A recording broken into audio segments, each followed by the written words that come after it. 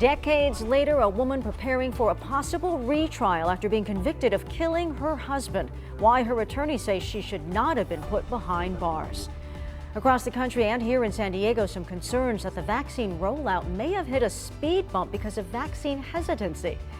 And it is Earth Day. One local church celebrating by working to cut down on its environmental footprint. ABC 10 News at 11 starts now.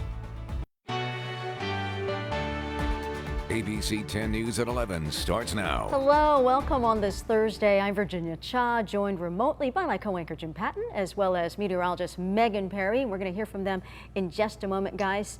Just stand by. But first, we want to get you to something that is happening right now. A North County woman who spent nearly 20 years behind bars for killing her husband is back in court.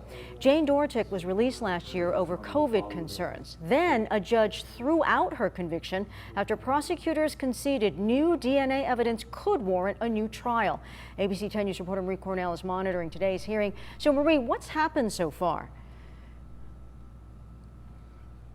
So Virginia, the hearing started about 30 minutes ago, and the bulk of this morning has really been about laying out the schedule for this preliminary hearing, which will is expected to last several days because of the number of witnesses that will be testifying. So you're looking at video now from inside of the courtroom. There you see Jane Dortek, who is there next to her lawyer, listening as prosecutors called their first witness, who was a sheriff's deputy that responded to the missing persons call for Dortek's husband. Jane contacted authorities reporting that her husband Robert had gone missing after taking a jog. Now remember, Dortek had already been sentenced to 25 years to life after being convicted of murdering her husband Robert in 2000. Prosecutors say she drugged him and killed him.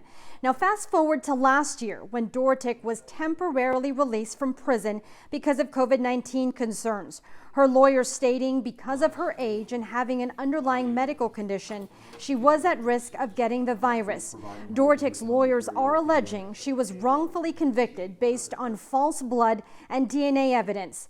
ABC 10 News spoke with Dortek's son after she was arrested in 2000, and at the time he had this to say about his mom's situation. There's no possible way my mother could have been involved with this at all, and it's a terrible tragedy that the person is still out here at large and not a lot is getting done.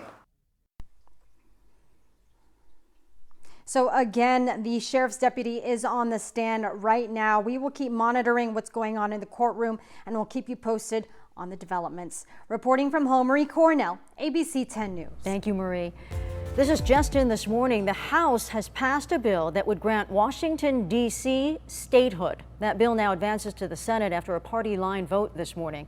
Supporters of the measure say statehood will help with representation, granting D.C. 2 seats in the Senate.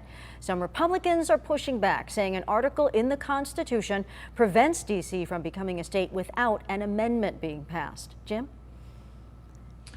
Well, Virginia, overnight, 2 19-year-olds killed when the car that they were in crashed near SeaWorld by Mission Bay. It happened late last night. San Diego police say the 19-year-old driver was speeding on SeaWorld Drive when the car hit a light pole and a street light. Fire crews had to use the jaws of life to get the two out. They were both pronounced dead at the scene. Police have not released their identities but are still investigating. Well, today, President Biden hosting a virtual climate summit. President inviting 40 world leaders, including the Chinese president, to participate in this virtual event that runs today and tomorrow. White House says it wants to express its commitment to fighting climate change, and the president today laying out his goal. The United States sets out on the road to cut greenhouse gases in half by the end of this decade. Yeah, slashing greenhouse emissions by 50 to 52% by 2030. Officials say Biden reached that number after long consultations with experts. It's not clear exactly how Biden plans to reach that goal. He's going to release specifics later this year. But Biden did touch on a number of ideas, including a climate finance plan that would do things like scale back public investment in fossil fuels and help developing countries generate clean energy.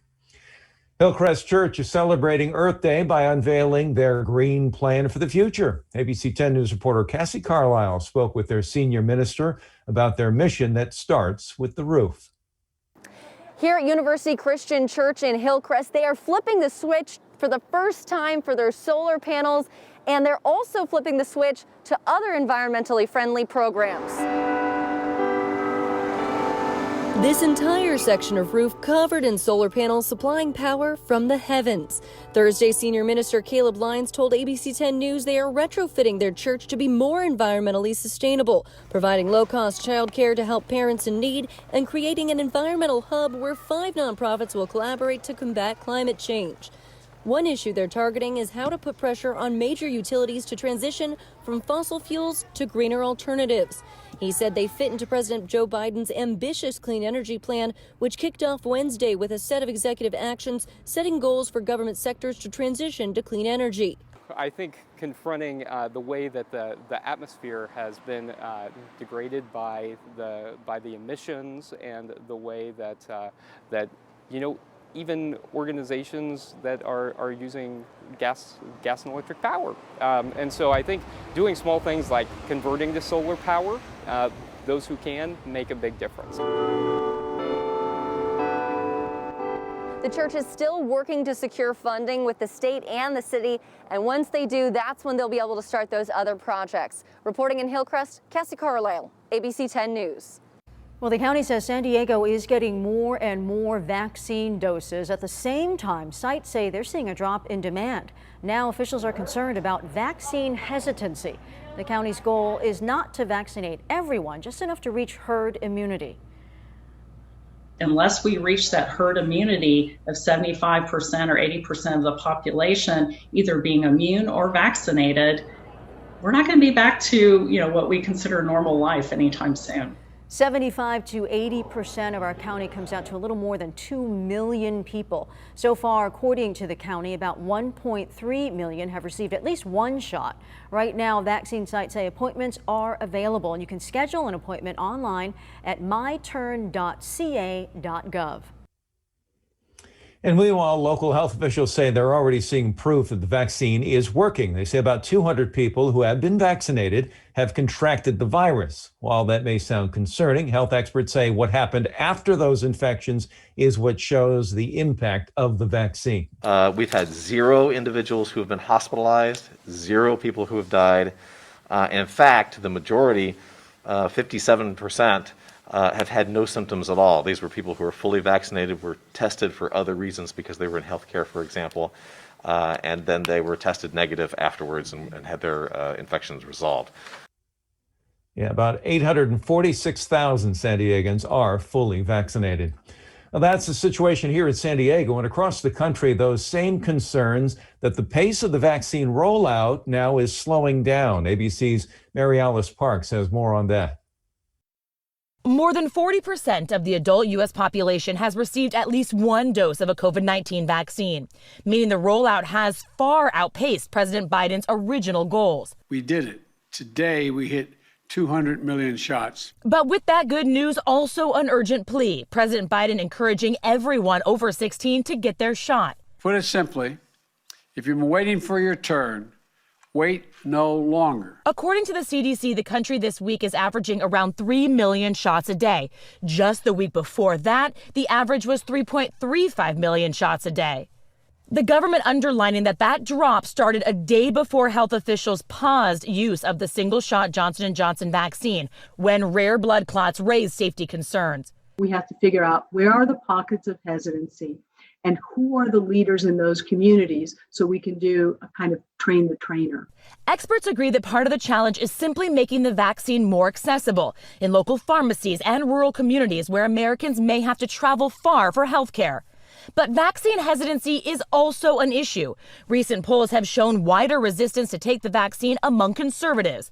In a Quinnipiac poll, 45% of Republicans said they did not plan to get a COVID-19 vaccine, compared to 27% of Americans overall.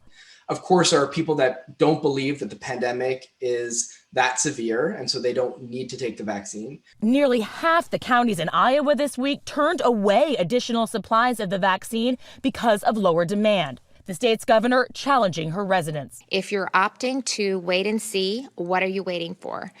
New data from the U.S. Census Bureau shows that Wyoming has the most vaccine hesitancy nationwide, with over 30% of adult residents there saying they are reluctant to get a COVID-19 vaccine.